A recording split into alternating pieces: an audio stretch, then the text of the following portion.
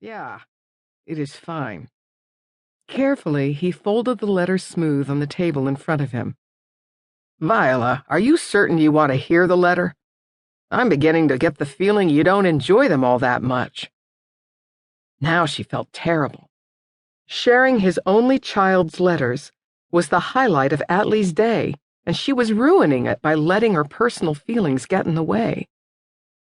Of course I want to hear it, Mr. Swartz. I always enjoy sitting with you. Now that was the God's honest truth. Two men sitting on a nearby couch cackled.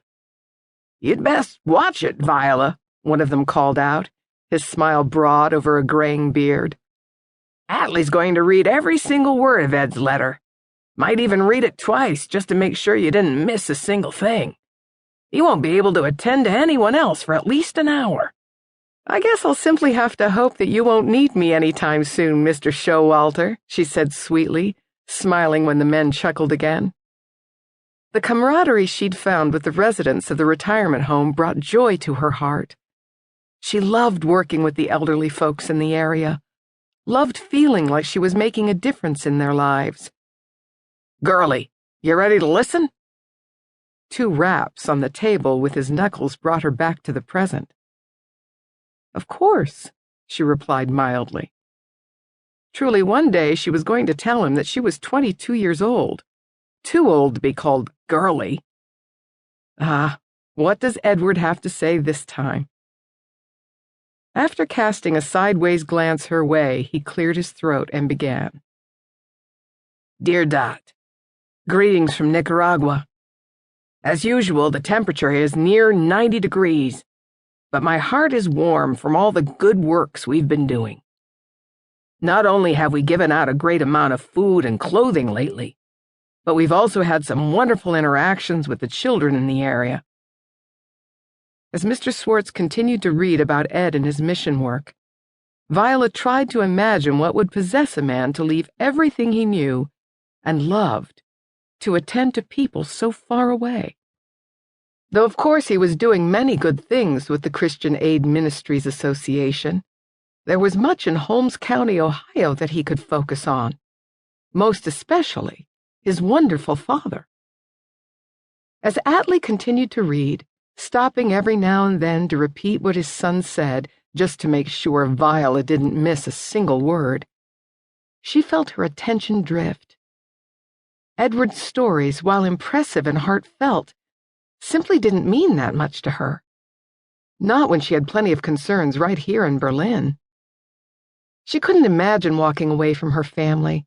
It was so tight-knit and demanding. At home, she was surrounded by all things familiar and found comfort embracing traditions that had continued for many generations.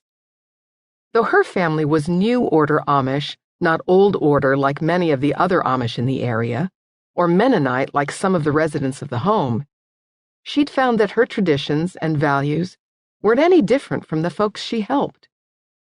She was grateful for the many blessings God had graced her with.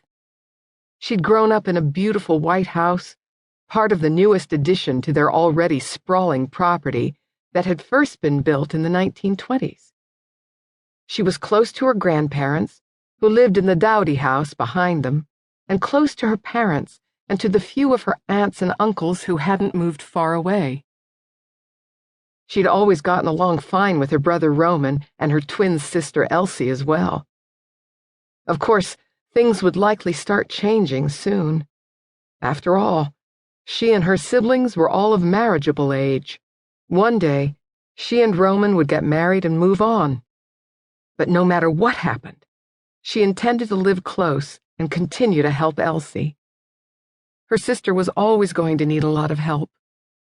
Born with a degenerative eye disease, Elsie would need at least one of her siblings to look out for her for the rest of her life. Just imagining the idea of leaving Elsie in the care of strangers made her heart clench.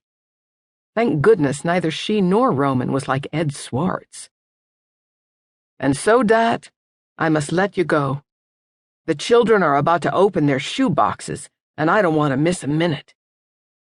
That caught her attention. Shoe boxes?